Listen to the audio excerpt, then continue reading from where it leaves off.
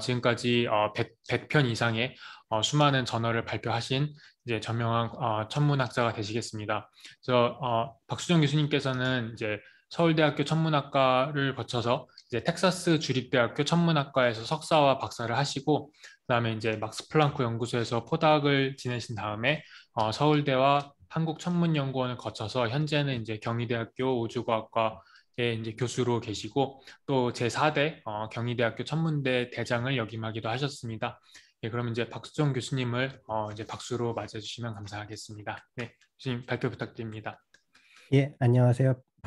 경희대학교 박수종입니다. 우선 화면 공유를 하고 어떻게 제 화면 잘 보이시나요?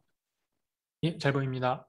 예, 그러면 오늘 이렇게 런치 세미나에 참석하게 돼서 초청하게 돼서 아주 저도 영광입니다. 이렇게 숭실대학교 교수님들과 학생들을 만나게 돼서 반갑고 제가 부탁받은 내용은 2020년 노벨 물리학상 내용을 이제 좀 관측자 입장에서 설명을 해달라 그렇게 받아서 그렇게 하고 준비 내용은 학부생이 이제 교양으로 들을 정도 학부의 물리학과 학생이 이해할 정도로 그렇게 쉽게 했습니다. 그리고 그냥 제 경험 중심으로 얘기를 하도록 하겠습니다.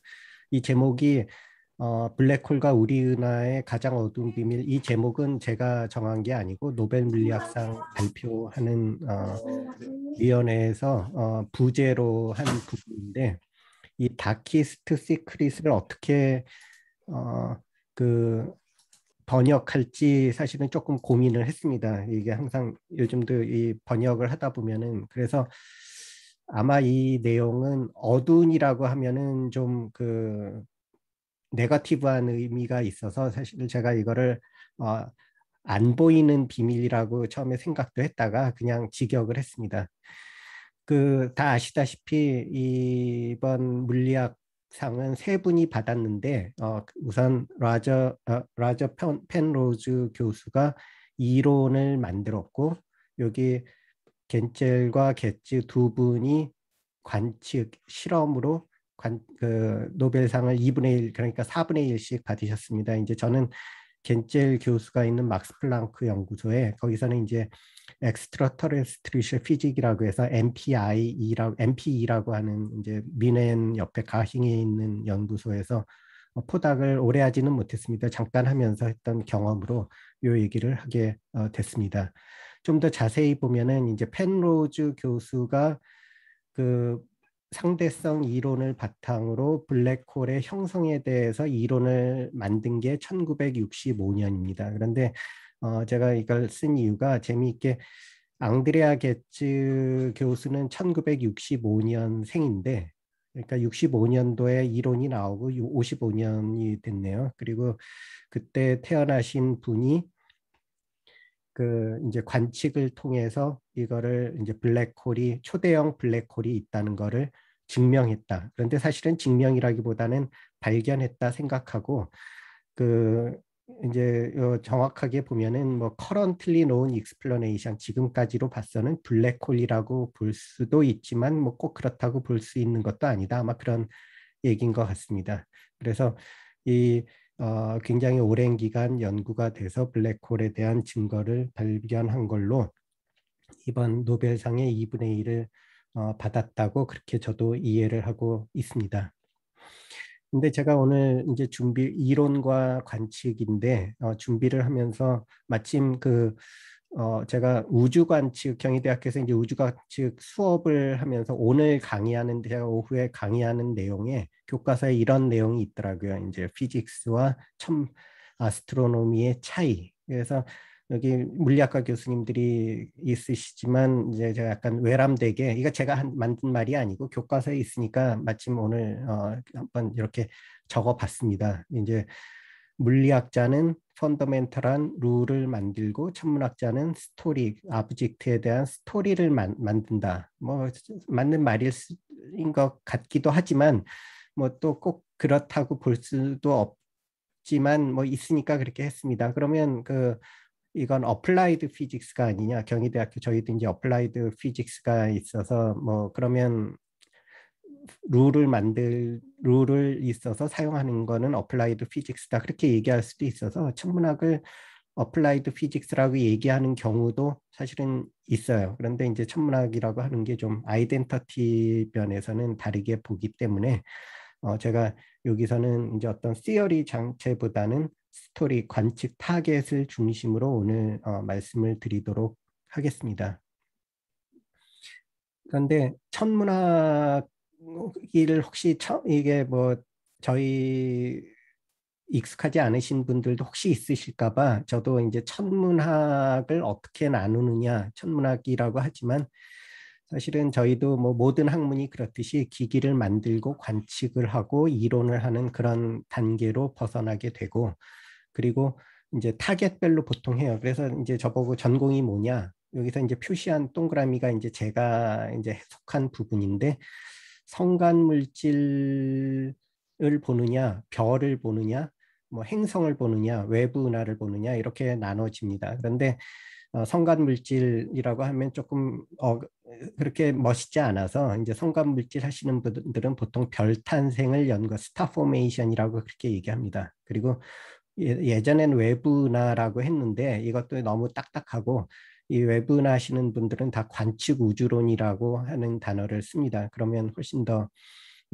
뭐 멋있어 보이니까 성간 물질에서 이제 별 탄생하면 행성도 탄생하고 뭐 외계 문명도 본다. 그래서 아스트로바이올러지라고 얘기하시는 분들도 있는데 뭐 그건 약간 오버한 것 같고 그래서 이렇게 이제 어떤 타겟을 보느냐에 따라서 달라지고 이쪽 부분은 모든 자연과학처럼 이제 실험이 있고 이론이 있고 이렇게 나눠집니다. 단계적으로. 물론 다 하시는 분들도 있지만 보통 이제 전공별로 나눠지겠죠. 제가 이거를 여기 이제 자연과학대학 교수님들한테 굳이 보여드리는 이유는 천문학이 물리학하고 다른 이론 것 중에 하나가 보통 이게 이제 실험이라고 하는 부분을 기기 개발과 관측으로 나눴는데 대부분은 그렇지 않은 것 같습니다. 화학과나 물리학과 교수님들 실험하시는 분들 보면은 당연히 기기를 만들어서 실험을 하시거든요. 그런데 천문학은 기기 개발하고 관측이 나눠지는 이유가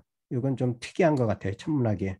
그 이유는 이제 천체가 워낙 다양하기 때문에 하늘에는 우리 은하에 1,000억 개의 별이 있고 1,000억 개의 별이 다 다르고 또 우주에는 1,000억 개의 은하가 있기 때문에 관측기기를 어떤 타겟을 바탕으로 관측기기를 만들었다 하더라도 다양한 관측을 할 수 있게 됩니다. 그러다 보니까 관측기기만 개발하는 사람, 관측을 하는 사람이 나누어지는 그런 부분이 있습니다.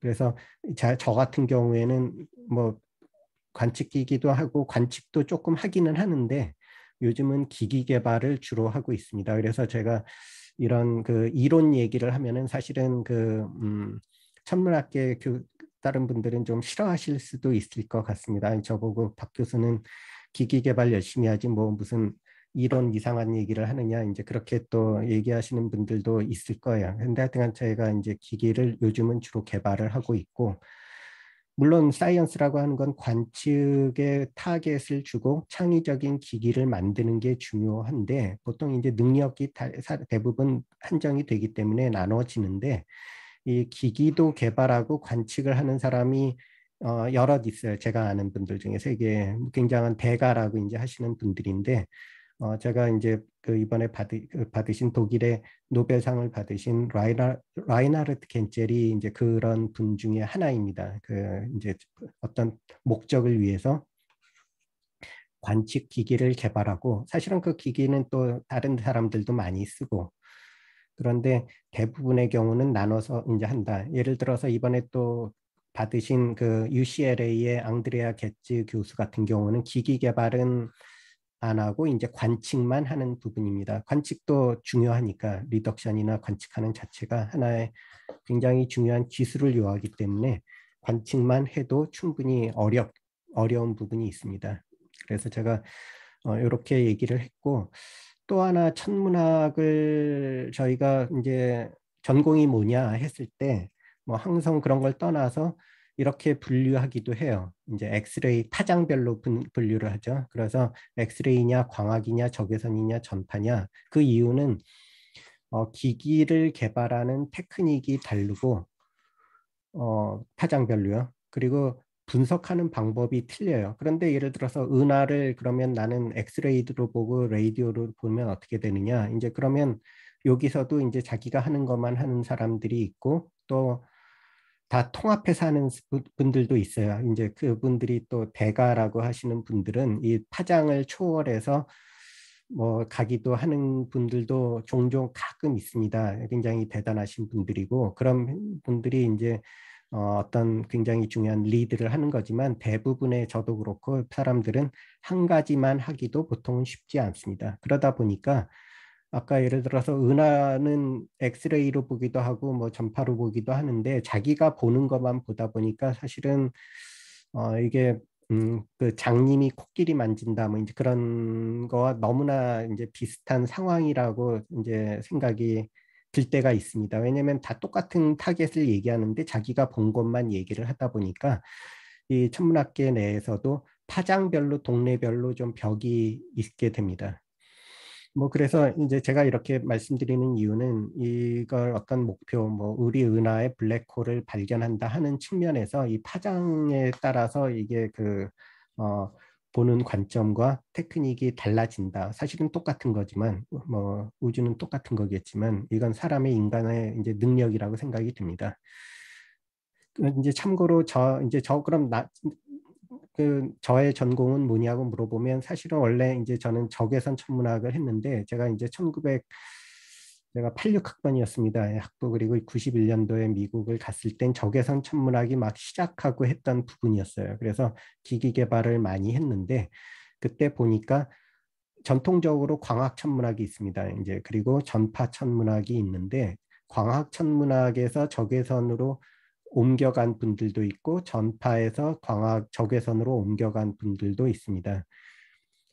그 라이나르트 겐젤이나 제 지도 교수님 같은 경우는 원래 전파 천문학을 전공하고 적외선 새로운 분야로 이렇게 이동을 한 부분이라서 그게 적외선 천문학에서도 보면은 헤리티지가 어디가 있느냐에 따라서 용어나 이제 하는 습성이 조금 틀려요. 이제 한마디로 광학은 저희가 포톤을 보는 거고 전파는 웨이브를 측정하는 거기 때문에 당연히 테크닉도 틀리고 보는 관점도 굉장히 틀리게 됩니다. 뭐 참고로 고에너지 천체 물리학 여기서 이제 또 이분들은 물리학이라고 하는 걸 강조하시는 이유가 물리학과에서 많이 합니다. 이게 왜냐하면 물리학자들이 주로 이 부분을 천문학으로 들어왔기 때문에 천체 물리라고 하는 부분을 넣고 광학 쪽은 전통적으로 한 수백 백 년 전부터 물리학하고 천문학이 나눠지면서 광학 물리학 그런 얘기는 안 하는데 고에너지 천체 물리학은 써요. 그래서 특히 이쪽 부분들은 고에너지라고 하는 부분을 써요. 당연히 포톤의 에너지가 크니까 고에너지인데 저도 이제 굉장히 이상했던 게 그러면 전파나 적외선은 저에너지 천체 물리학이냐 그런데 이상하게 이 전파를 저에너지라고 하는 사람은 없더라고요. 아마 그게 고라고 하이 에너지라고 하면 뭔가 더 멋있어 보이니까 이제 그 커뮤니티에서 그쪽 필드에서는 좀 멋있게 보이려고 한 게 아닌가 뭐 그런 잠깐 여담을 얘기했습니다. 그래서 저희가 뭐 다시 말씀드리면은 이 겐젤 교수 같은 경우에는 IR 중심으로 지금 많이 하시는 분이고 UCLA 겟즈 교수는 관측 중심이고 저는 뭐 요즘은 광학도 하고 IR도 하고 사실은 이것저것 돈 되는 거면은 좀 이렇게 찾아다니면서 하는 그런 입장입니다. 자, 그 블랙홀 얘기를 이제 시작하겠습니다. 사실은 뭐 블랙홀 이론이 오래전에 나오고 뭐 오래전부터 나왔지만 그 우리가 보통 스텔라 매스 블랙홀이라고 하는 건 별의 마지막에 이제 그 컬랩스가 돼서 블랙홀이 된다 하는 이론은 아주 오래전부터 나왔었고 그거에 대한 관측적인 증거는 엑스레이 소스 보통 시그너스 X라고 하는 타겟에서 그 블랙홀이 발견됐다고 저도 어렸을 때 그렇게 배웠어요. 대학 다닐 때, 고등학교 다닐 때 엑스 블랙홀의 증거다 하면은 이러한 모형을 보여줬는데 이걸 하신 이제 리더 하신 분이 리카르도 지오코니 이분은 엑스레이 관측으로 이제 엑스레이 위성의 PI로 있으신 분으로 엑스레이 관측으로 이런 연구를 해서 2002년도 노벨 물리학상을 이분도 나눠서 받으셨습니다. 앞에 두 분은 뭐 잘 아시겠지만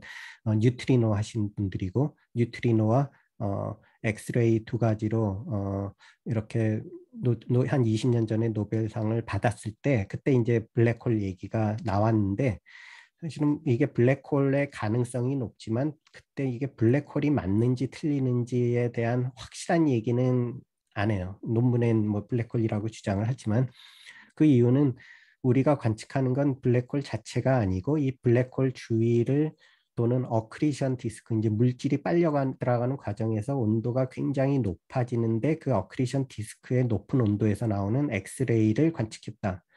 이제 그러면 사실은 꼭 그런 블랙홀일 필요는 없습니다. 이게 뉴트론 스타일 수도 있고 백색 외성일 수도 있고 안에 그럼 있는 게 뉴트론 스타냐 백색 외성이냐 하는 거를 우리가 구별할 수 있는 방법은 사실은 없습니다. 단지 이론에 의하면은 이 정도 무게가 되면은 뉴트론 스타고 이 정도 무게보다 커지면 블랙홀이다.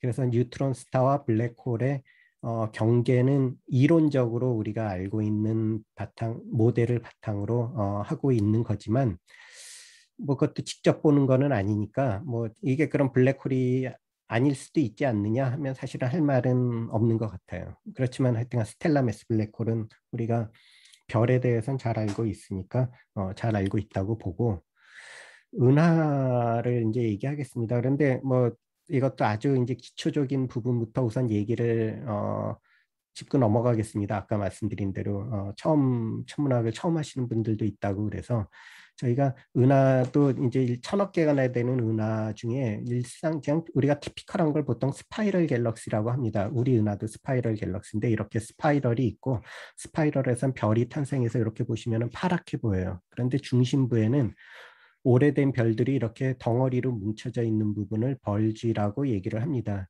우리말로 번역해도 그냥 벌지라고 번역을 했어요. 왜냐하면 적절한 단어를 천문학자들이 찾지를 못했습니다. 그냥 벌지인데 우리 은하도 옆에서 보면은 이렇게 벌지 부분이 이렇게 보이는데 중간 부분은 까맣게 돼서 안 보인다. 뭐 그렇게 벌지가 있습니다. 그래서 벌지와 뭐 이런 나눠서 연구를 하게 됩니다. 제가 벌지 얘기를 한 이유는 사실은 이게 이제 블랙홀하고 관련이 있다 하는 게 지금 그렇게 관측적인 부분입니다. 우선 저희가 슈퍼 매시브 블랙홀, 이제 한 수백만 개의 별의 무게를 가지고 있는 그 블랙홀이 존재한다 하는 게 이제 그 퀘이사 설명에서 나오는 부분입니다. 퀘이사는 굉장히 강한 에너지 소스인데 이게 이제 퀘이사는 쿼지스텔라 압직도 이제 별처럼 보이는 거라고 처음엔 생각을 했는데 사실은 이렇게 은하가 있고 은하의 중심에 퀘이사가 있다. 은하 중심. 그러니까 중심이니까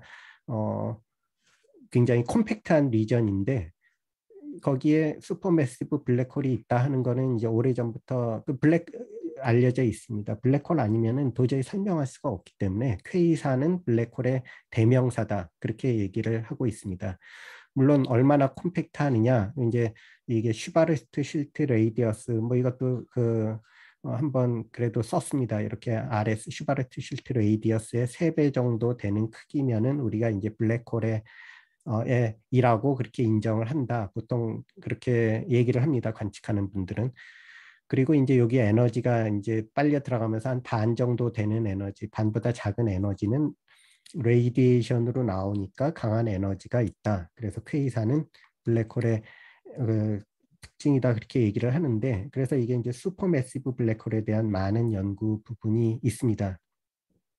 또 많이 쓰는 단어에 AGN이라고 하는 게 있습니다. 이건 AGN 부분에선 이게 굉장히 많이 연구를 하는 부분이고 이것도 정의를 보면 컴팩트 레이디오 소스 리전이고 블랙홀이 에너지 원이다 그렇게 알려져 있는데 그럼 AGN하고 퀘이사가 어떻게 다르느냐 뭐 사실은 그것도 복잡하지만 뭐 요즘은 같다고 보는 겁니다. 단지 AGN인데 파워풀하면은 퀘이사고 덜 파워풀하면은 뭐 아니다 뭐 그렇게 하기도 하는데 굉장히 이제 클래시피케이션이 복잡한 부분이고 이거 이제 연구하시는 분들한테 물어보면은 안 돼요. 이게 너무 그 괜히 퀘이사와 AGN이 어떻게 틀립니까 하고 물어보면은 뭐 몇 시간 동안 설명을 들어야 되거든요. 그래서 그냥 어, 비슷한 거라고 볼 수도 있구나. 보통 전 그렇게 보고 넘어갑니다. 자, 그래서 이걸 얘기하는 이유가 이 슈퍼매시브 블랙홀이 그 은하의 진화에 굉장히 중요하기 때문에 이 슈퍼매시브 블랙홀의 매스를 측정하는 게 지금 굉장히 핫 토픽이에요. 그런데 매스를 어떻게 측정하느냐 여러 가지 방법이 있는데 가장 지금 이렇게 윌라이어블한 부분이 여기 시그마는 그 아까 보여드린 벌지 별들의 스텔라 디스퍼션을 말합니다. 스텔라 디스퍼션이라고 하는 건 이제 그 그 전체의 매스를 의미하는데 벌지의 스텔라 디스퍼전 결국 이제 벌지라고 하는 건 이제 오래된 별의 덩어리인데 중심부에 있는 그 덩어리와 블랙홀 매스가 상관관계가 있다 하는 게 나왔습니다. 왼쪽에 보여주는 거는 벌지의 루미나서티예요. 밝기가 밝아도 그러니까 밝기가 밝은 거는 매스가 크고 밝기가 적은 거는 매스가 적고 스텔라 디스퍼션이 큰 것도 매스의 비례 관계가 있다 하는 게 나와서 이제 다들 이렇게 이걸 이용해서 블랙홀 매스를 측정을 하는데 사실은 왜 관계가 있는지는 아무도 모르는 것 같아요. 뭐 여러 가지 이론이 있긴 하는데 너무나 많은 이론이 있고 제대로 설명을 못하기 때문에 사실 관측하는 사람들은 그냥 이거를 임피리컬 릴레이션이라고 하고 이론은 언급을 안 해요. 왜냐면 너무 모르니까. 그런데 하여튼 신기하게도 블랙홀의 매스, 이건 여러 가지 다른 방법으로 측정한 블랙홀 매스하고 비교를 했을 때 벌지와의 상관관계가 있다 하는 부분이 현재 우리가 보통 블랙홀의 매스를 측정하는 방법입니다.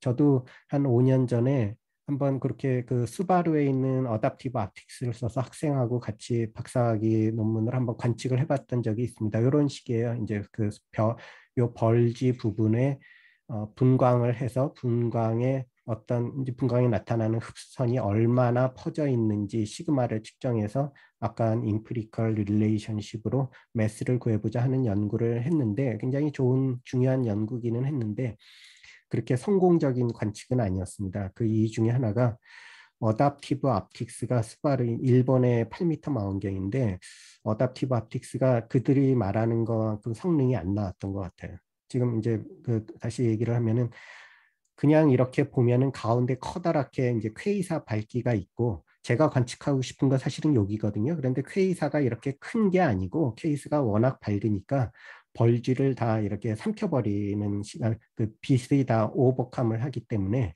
이걸 하기 위해서는 어답티브 앞틱스로 벌지를 아주 세밀하게 이렇게 그 선명하게 보고 왜냐하면 벌지는 컴팩트 소스거든요. 아니 벌지가 아니고 퀘이사는 컴팩트 소스거든요. 그래서 이 퀘이사에서 나오는 빛을 최소한으로 줄여서 벌지를 보자 그렇게 하는 게 목적이었는데 그게 기기가 작동하지 않았던 것 같습니다. 앞에서 제가 이렇게 보여드렸던 것 중에 이 오른쪽에 보이는 게 그런 예입니다. 이렇게 보면은 퀘이사만 사실은 보여요. 그런데 이 퀘이사에 코로나 그래프라고 하는 퀘이사의 빛을 줄이는 이게 허블에 있는 기기 중에 하나 이런 게 있습니다. 사실은 요거는 저기 행성을 발견하기 위한 거기는 한데 퀘이사를 매스킹을 하고 보면은 여기 왼쪽에서는 보이죠. 보이지 않는 건 컨트라스트가 저희가 측정할 수 있는 컨트라스트가 한계가 있어서 못 보는 건데 코로나 그래프로 가운데 오는 빛을 줄이고 보면은 이렇게 벌지 호스트 갤럭시 이제 전체 그 퀘이사의 호스트 갤럭시도 볼 수 있는 그런 테크닉입니다. 그래서 이런 걸 관측하기 위해서 다양한 테크닉을 동원하고 있습니다. 자, 그래서 그 이제 퀘이사 얘기를 했고 퀘이사의 슈퍼매시브 블랙홀을 연구하는 게 목적이지만 사실은 저희가 왠지 모르는 이런 블랙홀 매스를 가지고 연구를 한다. 사실 멀리 있으니까 그럴 수밖에 없습니다. 그래서 이제 또 중요한 거는 우리 은하를 또 연구할 수가 있습니다. 이것도 이제 갤럭틱 센터라고 하는 그 연구 분야로 우리 은하인데 특히 이제 우리 은하 연구는 또 다른 저희 학문 분야예요. 그래서 우리 은하는 갤럭시냐 아니냐 이제 두 가지로 나눠지기는 사실은 중요한 부분입니다. 그런데 이제 뭐 참고로 이걸 우리 은하 1,000억 개나 되는 은하가 있지만 우리 은하를 이제 보통 밀키웨이 갤럭시 이 말은 저희가 이제 대중 강연을 할 때 써요. 그렇게 하지 대중들이 은하수 은하 그럼 멋있어 보이니까. 그런데 보통은 더 갤럭시라고 합니다. 여기서 이제 정관사 더를 쓰고 이 대문자를 써서 이거는 이제 고유 명사가 아니 보통 명사가 아니고 갤럭시를 보통 명사로 써요. 왜냐하면 1,000억 개 되는 은하 중에 우리 은하는 유일하기 때문에 더 갤럭시 하면은 우리 은하를 말한다 하고 논문에서는 보통 이렇게 쓰기도 하고 뭐 아워 갤럭시라고 하기도 하는데 보통 저희가 이제 그건 아마 이쪽 우리 은하를 연구하는 분들의 프라이드라고 생각이 돼요. 그래서 이제 더 갤럭시 그렇게 얘기를 하고 이름은 뭐 그건 사실 중요한 건 아니지만 이 이제 이름을 동네마다 이제 좀 다르게 쓴다 그 얘기를 잠깐 했습니다. 왜냐하면 그 외부 은하를 하시는 분들 입장에서 우리 은하 보면은 1,000억 개 되는 중에 하나고 우리 은하를 중심적으로 하시는 분들은 이게 굉장히 중요한 또 우리가 살고 있는 중요한 은하다. 사실은 제일 가까운 거고 중요한 거는 이 우리 은하의 이제 궁수 자리에서 이제 보이는 은하수가 전하늘을 이렇게 덮고 있는데 이 부분이 조금 밝게 보이고 사실은 360도로 퍼져 있어요. 우리 은하 상향하겠죠. 우리가 은하의 중심에 있으니까. 그리고 이쪽 부분이 이게 이제 궁수 자리 사지테리우스인데 이쪽 부분에서 굉장히 강한 전파 소스가 있습니다. 옛날에는 몰랐어요. 이게 어떻게 하늘에서 관측한 첫 번째 레이디오 소스는 전파 망원경을 하늘로 돌려서 관측을 할 때 제일 먼저 관측한 건 태양이고 사실은 태양에서도 전파가 나오고 가까이 있으니까 당연히 제일 밝겠죠. 그런데 태양이 지고 나서 밤에도 강한 전파가 나오더라. 그래서 그 전파가 어디 있는가를 봤더니 궁수 자리에 있어서 사지테리우스 A 그리고 이제 두 번째 좀 더 봤더니 요 근처에 A, B, C, D 하고 이름을 붙였습니다. 그래서 사지테리우스 A는 굉장히 밝은데 알고 봤더니 그게 또 우리 은하의 중심에 있더라. 근데 이제 중심 A도 자세히 봤더니 여러 개로 보이는데 그 중에 가장 콤팩트하고 진짜로 우리가 생각하는 중심에 있는 강하게 보이는 전파 소스를 저희가 사지테리우스 A 스타라고 표시를 합니다. 이게 이제 그 블랙홀 캔디데이트가 되겠죠. 잠깐 이제 우리 은하 얘기를 해보면은 지금 보시는 대로 은하수가 이렇게 이제 보이는데 사실은 이 우리 은하의 모델을 봤을 때 이제 태양이 가장자리 거리가 이제 8킬로파세그 저희가 이제 1파섹은 약 그 3.6 광년인데 천문학에서는 광년을 안 쓰고 파섹으로 씁니다. 그냥 뭐 근데 뭐 광년으로 바꿀 수도 있지만 그냥 파섹 쓰겠습니다. 여기 중심까지 8킬로파섹 뭐 2만 이제 빛의 속도로 2만 년 정도 걸리는 부분인데 우리나 이렇게 보면 이 부분에 이제 벌지가 있고 바도 있고 스파이럴 암이 있고 뭐 티피컬한 스파이럴 갤럭시인데 사실은 태양에서 보는 은하수는 요 정도까지가 한계입니다. 그 이상은 아까 앞에서 보여드린 이 사실 은하가 굉장히 이 디스크가 얇거든요. 그러면 먼지가 가리기 때문에 광학에서는 그 이상은 볼 수가 없습니다. 그래서 사실 우리가 보는 은하수는 은하가 아니고 앞뒤에 있는 가까이 있는 나선판을 보고 있는 겁니다. 근데 사실은 여기 이제 자세히 보면 벌쥐는 약간 위쪽 아래쪽으로 보이기는 해요. 그렇지만 대부분 우리가 보는 거는 그냥 가까이 있는 나선판이다. 그래서 18세기 말에 윌리엄 허셸이 망원경을 만들어서 은하에 있는 별을 카운트해서 우리 은하수 지도를 만들었는데 그때 이제 태양이 중심에 있다고 그렇게 결론을 내렸어요. 왜냐하면 뭐 전체를 볼 수가 없었으니까. 그래서 이 은하에 대한 연구는 뭐 잠깐 이것도 여담인데 제가 예전에 이제 학회에서 여기 복사한 슬라이드입니다. 이 중국 연구자가 밀키웨이 구조라고 하는 학회에서 이게 학회에서 발표를 할 때 이분이 이제 밀키웨이 구조라는 건 우리 은하를 연구하는 거거든요. 그가 이제 처음에 첫 페이지에 인상 깊었던 게 첫 페이지에 이렇게 소동파의 산에서는 산을 볼 수가 없다. 뭐 하는 시를 딱 보여주고 뭐 그 얘기를 하더라고요. 뭐 당연한 얘기지만 이게 또 천문학 하는 사람들도 또 좀 이런 인문학적인 얘기를 하면 또 멋있게 보이구나 그렇게 생각을 해서 요거를 제가 복사를 해놨습니다.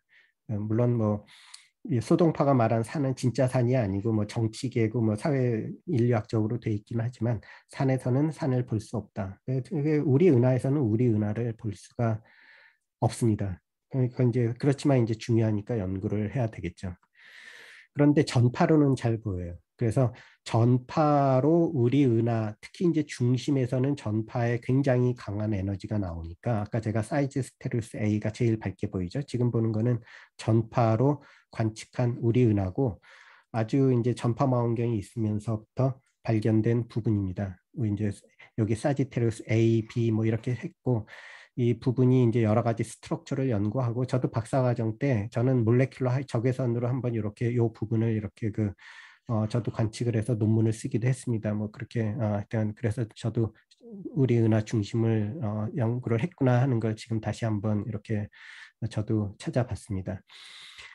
그런데 이제 우리 은하 중심 얘기를 할 때 빠질 수 없는 분이 이제 찰스 타운스 교수입니다. 이 찰스 타운스는 1964년도에 사실 뭐 노벨상 강연이다 제가 하다 보니까 노벨상 중심으로 모아봤습니다. 이때도 2분의 1을 받았지만 찰스 타운스 교수는 레이저와 메이저 연구로 노벨상을 받아서 2015년도 돌아가셨는데 제가 여기 밑에 2009년도에 버클리를 방문했을 때 이분이 그 버스를 이렇게 비틀비틀하면서 타시더라고요. 그때가 94살이셨는데 아직도 그 연구소에 출근을 하고 있어서 좀 저도 놀랐어요. 물론 그분은 저를 모르지만 이제 저는 잘 알죠. 제 지도 교수도 여기 타운스 교수 팀에서 포닥을 했기 때문에 잘 들었고 이분이 노벨상을 받은 다음에 버클리로 옮겨서 이제 뭐 버클리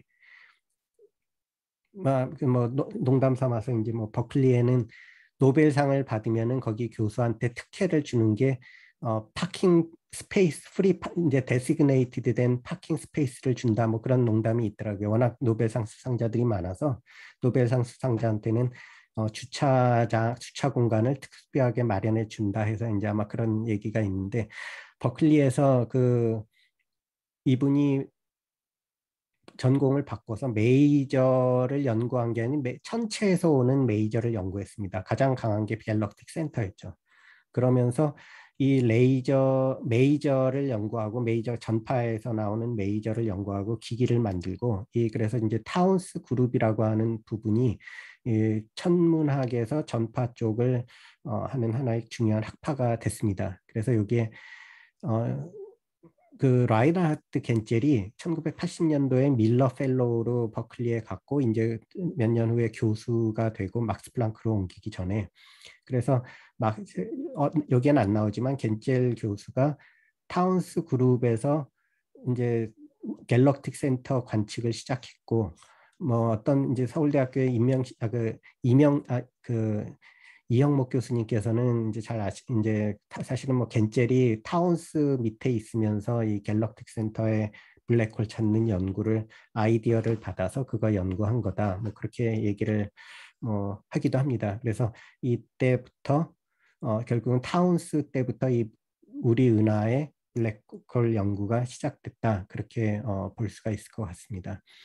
자, 뭐 제가 말이 조금 길어졌는데 간단하게 요 부분은 뭐 저도 이것도 그냥 제가 연구했으니까 여기 사지테루스 A의 이 폭발 현상을 한 10년 전에도 연구한 게 있습니다. 그때도 학생이 연구를 해서 뭐 이런 연구해서 요 커다란 쉘이 있는데 이거는 뭐 타이들리 디스로 이게 블랙홀에 빨려 들어가는 별에서 나오는 폭발 현상이다. 뭐 그렇게 연구를 하기도 했지만 그렇게 주목받은 연구는 아니었고 여기에 그 좀 더 자세히 보면은 이렇게 스파이럴 암으로 가스가 보여서 이런 가스를 연구하기도 했어요.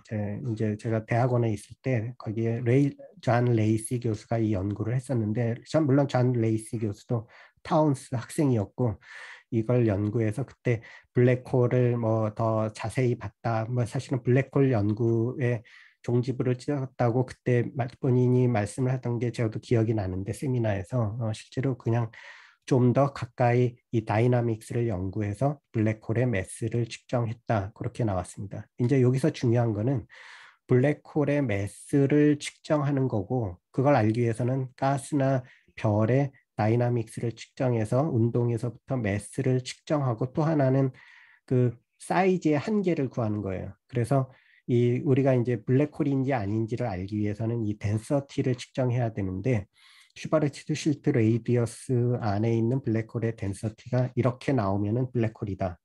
일반적으로 글로뷸러 클러스터 별들이 많은 거는 10의 5승 솔러 매스고 파섹 스퀘어 미터 중에, 그래서 이런 부분으로 나눠지고, 그 이 부분에 대해서 이제 레이디오 하는 분들은 여기까지 했었고, 이제 겐젤 교수의 저는 대단한 게 이거를 이제 별의 클러스터 관측을 시작을 했습니다. 더 아까 안쪽에 있는 클러스터를 관측해서 클러스터의 다이나믹스를 측정하기 위한 연구를 시작을 했습니다. 이제 그래서 1990년도부터 겐젤 교수와 그 게츠 교수는 사실은 UCLA의 이 연구를 위해서 영입이 된 걸로 나와 있는데, 뭐 자세한 내용은 뭐 여기서 제가 얘기할 필요는 없고, 겐젤이 막스 플랑크의 디렉터가 되고 나서 NTT, 이거는 이제 뉴 테크놀로지 텔레스코프, 그 당시에 이제 가장 성능이 좋은 3m 망원경에 스페클 카메라를 붙여서 이제 갤럭틱 센터 연구를 시작한 게 한 1991년쯤 될 거예요. 기계를 직접 만들어서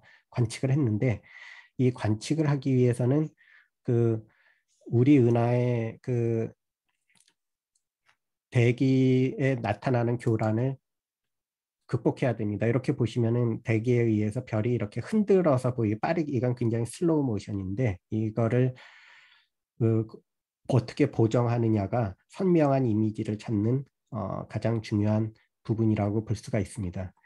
그래서 이거를 어떻게 극복을 하느냐가 테크닉의 가장 중요한 부분인데, 참고로 제가 찍은 사진하고 한번 보여드리겠습니다. 이거는 제가 10년 전에 저희가 이제 경희대학교에서 이 카메라를 만들어서, 광학 카메라를 만들어서 맥도날드 천문대 미국에 이제 붙이고, 이게 퍼스트 라이트로 찍어서 그 찍은 은하의 이미지예요. 이걸 보고 사람들이, 저도 굉장히 감격했고 다들 성공했다 이제 그렇게 했던 기억이 납니다. 이 5개의 은하가 있는 이미지. 그런데 2.1m 망원경으로 찍었고, 같은 필드를 허블 우주 망원경으로 찍은 이미지는 이렇게 보입니다. 그래서 제가 찍은 거와 이 허블 우주 망원경으로 찍은 거 두 개를 저도 이렇게 비교를 해보면 뭐가 잘못됐냐. 물론 뭐 제가 기술이 떨어지는 부분도 있겠지만, 허블 우주 망원경은 대기의 교란이 없기 때문에 선명한 이미지를 볼 수 있다. 그래서 우주 망원경으로 찍으면 좋지만, 갤럭틱 센터 연구는 그게 안 되기 때문에 이걸 없애기 위해서 두 가지 테크닉이 있습니다. 스페클 이미징, 이건 굉장히 간단해요. 그냥 여러 번 찍어가지고 합치는 거고, 어답티브 optics라고 하는 기술이 한 2000년도부터 시작이 됐습니다. 이 내용은 제가 그냥 결과만 보여드리고 이렇게 됐다 하는 걸 보여드리겠습니다. 이 게츠하고 겐젤 교수하고 같이 관측을 시작했는데, 요렇 이제 그냥 빠른 한 10분의 1초 정도로 갤럭틱 센터를 찍으면은 요렇게 이제 별이 흔들어서 보이는 거를 여러 장을 합치면은 이렇게 선명한 이미지가 나옵니다.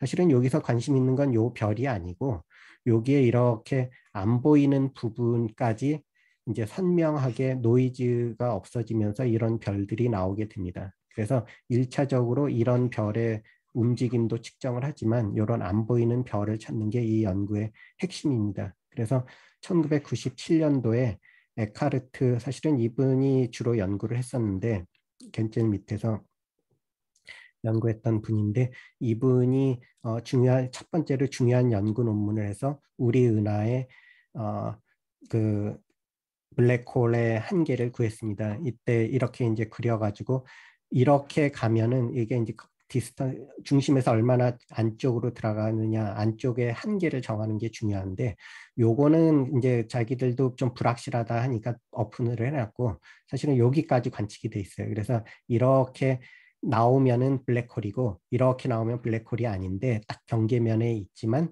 이거일 가능성이 높다. 이제 그게 이때 결론이었거든요. 이때 제가 포닥을 하고 있었기 때문에 매번 이제 얘기할 때마다 이걸 굉장히 이쪽을 얘기했던 기억이 저도 많이 납니다. 이때 그 UCLA 팀보다 막스 플랑크가 훨씬 더 빨리 연구를 했었어요.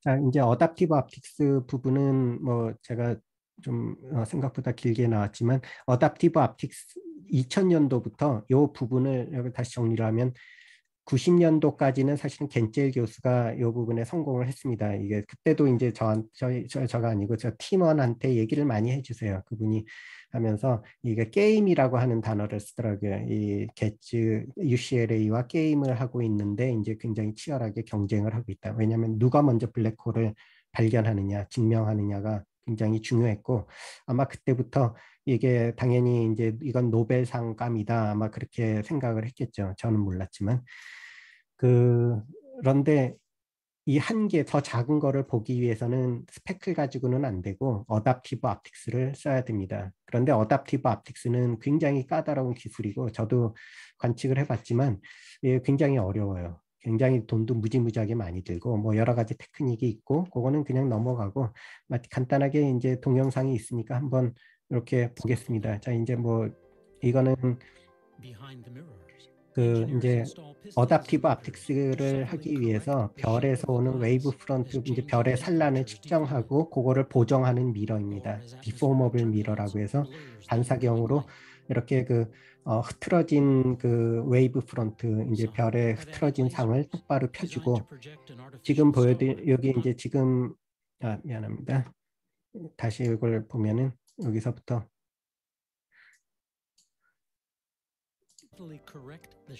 이렇게 해서 이 조정을 하는 부분 뭐 제가 동영상 한번 따왔습니다. 이렇게 해서 보정을 하는 기술인데 물론 무지무지하게 복잡하고 상상도 할 수 없을 정도로 비쌉니다. 그리고 또 하나는 이렇게 저렇게 이제 인공 별을 만들어서 관측하기도 하고 그런 부분이 이쪽 연구의 핵심이 됩니다. 그래서 이렇게 이제 보시면은 그냥 찍으면은 이렇게 보이는데 이거를 어답티브 aptics로 보면은 이렇게 보인다. 지금 은하 중심 얘기죠. 그래서 이런 작은 별, 은하 중심에 가까이 있는 별까지 관측을 해서 이 부분을 이제 관측을 하고 그렇게 되면은 은하 중심에 가까이 있는 별의 다이나믹스를 측정할 수 있어서 이 부분을 여기 잠깐 보였던 분이 겐젤 교수입니다. 그래서 여기는 이제 독일하고 같이 얘기를 하고 이거를 한 10년 이상 별의 위치를 측정하면은 이렇게 보이게 됩니다. 여기서 지금 보이는 요 별이 S2라고 하는 가장 결정적인 별을 지금 모델을 보여주고 있습니다. 가까이 있을수록 당연히 이제 속도가 빨라지고 그러면 이 움직임을 봐서 이게 콤팩트 소스인지 아니면 별의 클러스터인지 그냥 우리가 모르는 다크 매터인지를 알 수가 있습니다. 지금 이렇게 보여주는 게 S2이고 이 S2가 가장 가까워진 게 한 2000년도쯤이었습니다. 사실은 그래서 이때 파란색으로 된 게 독일에서 관측한 거, 빨간 게 UCLA에서 관측한 건데 독일이 더 앞서갔어요. 사실 제가 보기에는 독일이 앞서갔고 훨씬 더 중요한데 UCLA 팀이 같이 받은 거는 사실은 그게 페어한지는 모르겠습니다. 그런데 아마 여러 가지 좀 고려를 해서 하지 않았나. 이제 정치적인 목적으로 미국 팀하고 독일 팀 사이좋게 나눠 가져라 한 게 아닌가 하는 생각이 드는 건 100%제 개인적인 생각입니다. 자, 그래서 이때 관측을 해서 이런저런 이유로 해서 그때 나왔던 게 이 10의 15승까지 계산이 나왔고 제가 앞에서 슈바르츠 시트 레이디어스가 되려면 10의 23승 밀도가 나와야 되는데 굉장히 가까워졌죠. 근데 사실은 사지테리우스 A라고 하는 타겟에 저희가 전파로 자세하게 봤더니 굉장히 한 1AU, 아까 크기가 100AU인데 100분의 1 정도 크기다 하는 게 밝혀졌기 때문에 100분의 1이니까 한 3제곱하면 100만이 되겠죠. 그래서 10에 15승에 100만 배 넣고 여기다 넣고 계산하면 대충 오도가 맞으니까 이거는 블랙홀이다. 그렇게 이제 결론을 내릴 수가 있게 된 것 같습니다. 그래서 이때 나온 2010년도에 정리된 논문이 나왔는데 이때 사실은 관측은 2000년도 초에 나왔고 이때 관측한 결과로 우리 은하에는 블랙홀이 있다. 그렇게 나왔고 이 2010년도에 사실은 여기 이제 겐젤 교수가 있고 굉장히 많은 연구원들이 연구를 하고 있어요. 그래서 이렇게 이제 연구를 해서 2010년도에 나온 논문에는 굉장히 이렇게 많은 별들의 움직임을 정확하게 측정하고 안쪽에 있는 블랙홀 매스의 다이나믹스를 정확하게 측정을 했습니다. 그래서 제가 이제 개인적으로 봤을 때는 겐젤 교수 팀에 굉장히 많은 사람들이 연구를 했고, 물론 대표로 겐젤 교수가 받았지만, 사실은 처음에 제가 이렇게 봤을 때는 이게 겐젤 교수가 한 건가 하는 조금 약간 이렇게 생각이 들기도 하긴 했지만, 하여튼 굉장히 오랜 기간 연구를 한 부분이고, 이렇게 해서 블랙홀을 발견을 했다 하는 것까지가 제가 오늘 준비한 내용입니다. 예. 예. 네, 박수영 교수님, 예, 좋은 발표해 주셔서 예, 감사드립니다. 네, 예, 이제 질문 있으면은 자유롭게 하시면 되겠습니다.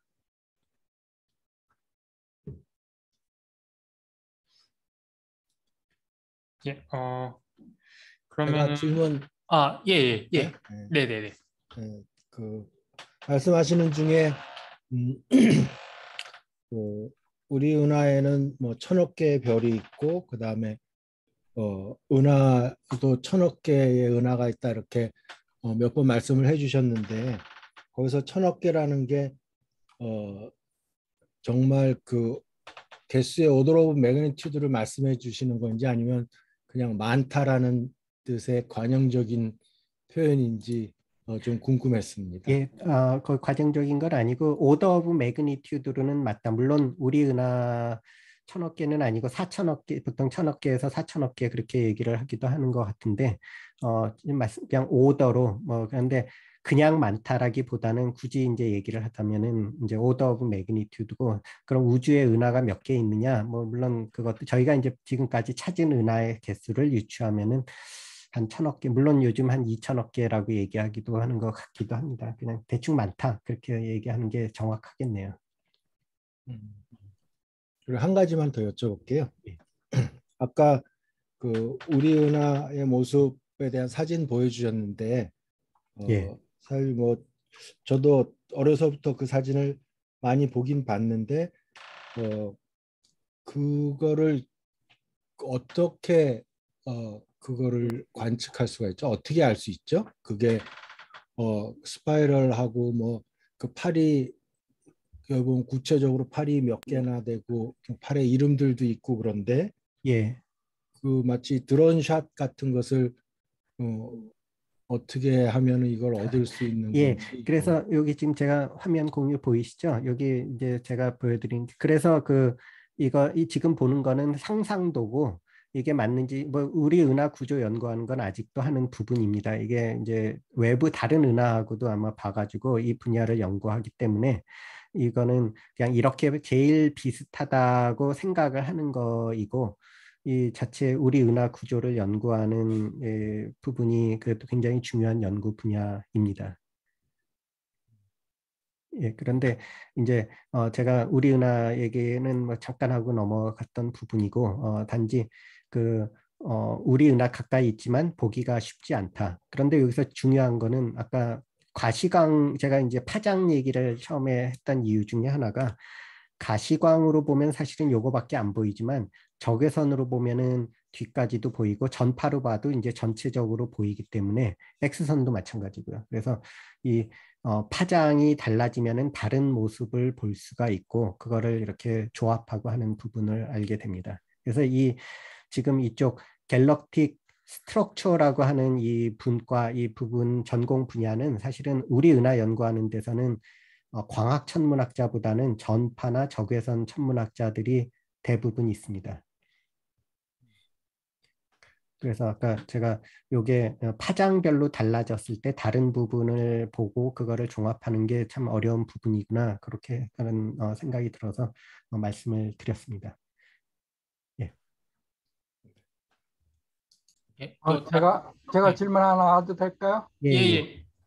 아까 어댑티브 옵틱스를 쓰신다고 그랬는데 예. 그런 메서드를 잘만 하면 뭐 우리가 카메라 찍어서 사진 분석할 때도 많이 응용될 수도 있을 것 같기도 하고 우리가 뭐 물리에서 엑스레이 찍었을 때도 그 뭐 디스오더에서 생기는 어떤 이펙트들도 뭐 빼낼 수 있는 어떤 그런 테크닉들이 상당히 많이 다른데 적용될 수 있을 것 같아요. 예, 예. 뭐 이게 암이라든지 뭐 엑스레이 사진 가지고 암 사진 분석이라든지.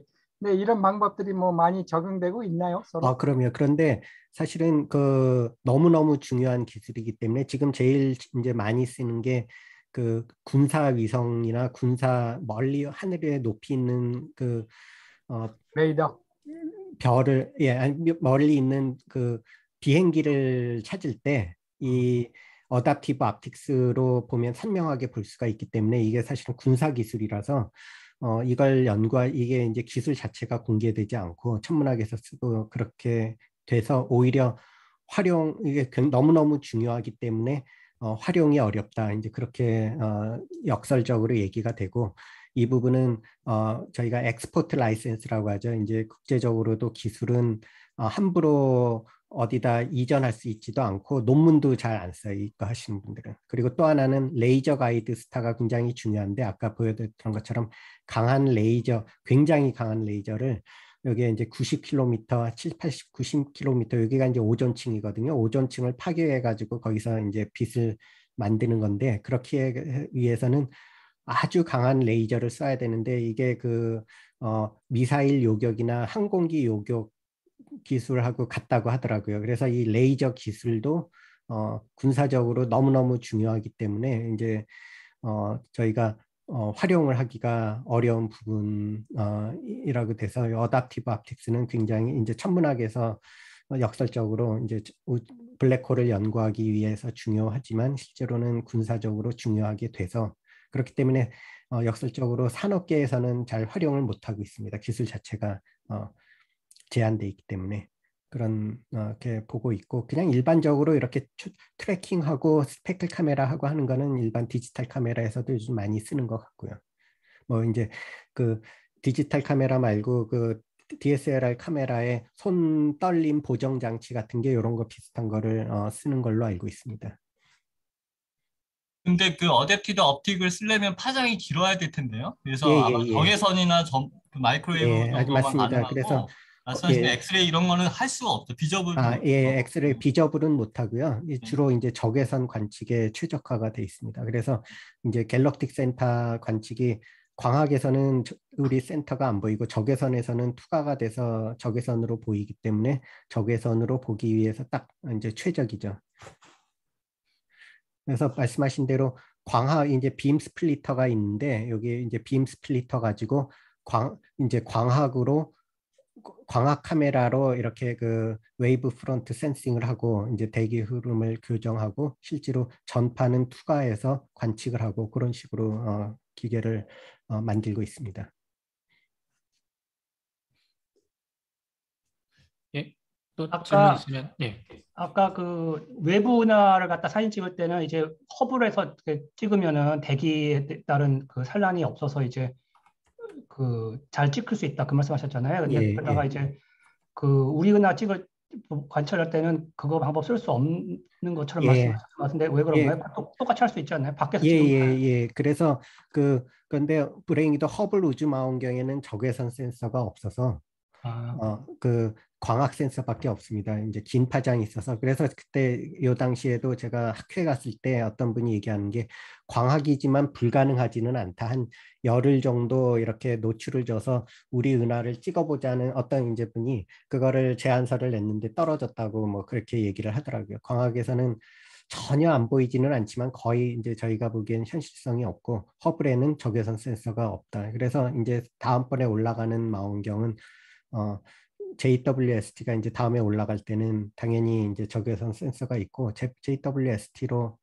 관측을 하겠죠. 그런데 이제 우리 은하 중심 같은 경우는 그 거의 이 어답티브 aptic스로 굉장히 선명하게 보기 때문에 충분히 우주망원경만큼 성능 굉장히 제한적인 부분은 있지만 저희가 이제 지상에서 우주망원경하고 어느 정도 컴패터블하다 할 수 있는 부분은 이쪽 분야는 지상에서도 충분히 할 수 있습니다. 이제 예, 감사합니다. 네, 혹시 더 다른 질문이 저 있으실까요? 질문해봐도 될까요? 예, 여기 질문까지 예, 하겠습니다. 네, 제가 이거는 그냥 제가 좀 궁금해서 여쭤보는 건데 이번 톡이랑 별 관련이 없을 수도 있는데 코스믹 스트링이나 뭐 월이나 포인트 소스나 뭐 이런 것들을 제가 요새 좀 이렇게 좀 공부하느라고 읽고 있는데 그런 것들은 관측이 안 되는 상황인 건가요? 실제적으로? 그러니까 코스믹 레이 말씀하시는 거죠? 아니, 코스믹 스트링이요. 코스믹 스트링이 어떤 그 지금 스트링이 어떤 스트링을 말씀하시는 건가요? 우주 초기에 이제 예. 선언으로 인해서 예, 아까 제가 그래서 처음에 말씀드린 대로 그러니까 아마 저한테 그건 제가 대답할 만한 성질은 아닌데 굉장히 그건 제가 그냥 그 스트링 시어리는 저도 이론을 잘 모르고 근데 그게 아까 말씀드린 대로 저희가 여기서 이제 천문학에서 주류는 이제 눈에 보이는 거를 이제 실제로 이렇게 보는 게 중심이고 코스믹 스트링을 관측적으로 어떻게 증명하느냐 하는 거는 아직은 좀 갈 길이 굉장히 먼 걸로 알고 있습니다. 관측은 가능한 건가요? 그거 제가 지금까지 제가 알기로는 현재 방법으로는 불가능하다고 알고 있는데 이제 가능한 방법 찾는 게 아마 쉽지 않을 거라는 생각이 듭니다. 근데 중력파나 이런 것들을 관측하면 그 존재는 알 수는 있을 것 같은데 실제적으로 저희가 보고 이런 것들은 아직 불가능하다는 말씀이신 거죠? 아니요, 그건 이제 제가 이해를 못한다는 얘기지 실제로 가능한지 그거는 그래서 제가 잘 모르는 분야입니다. 제가 여기서 얘기를 그래서 안 한 부분이 꼭 사실 넣어야 될 게 재작년에 이제 M71 외부 은하에 이렇게 링으로 보이는 블랙홀의 증거를 발견했다 해서 그것도 굉장히 히트쳤고 이제 그것도 이제 노벨상 다음 후보다 뭐 그런 얘기가 나오는데 그 얘기는 뺐습니다. 왜냐하면 그거는 이제 전파고 전파는 사실 제가 잘 모르는 분야라서 모르는 얘기 얘기드릴 수는 없을 것 같아서 안 했고 이제 중력파 관측은 또 다른 부분이고요. 그래서 제가 이제 아는 거는 극히 일부분이라서 그냥 제가 아는 내용만 오늘 준비를 했습니다. 네, 감사합니다. 네, 그러면은 오늘 좋은 발표해 주신 박수정 교수님께 다시 한번 감사의 박수를 드리고요. 그러면 오늘 런치 세미나는 이제 여기에서 마무리를 짓도록 하겠습니다. 오늘 발표 들어오러 와주신 교수님들과 학생들께도 다시 한번 감사의 말씀을 드립니다. 오늘 박수정 교수님 오늘 발표 너무 감사드립니다. 감사합니다.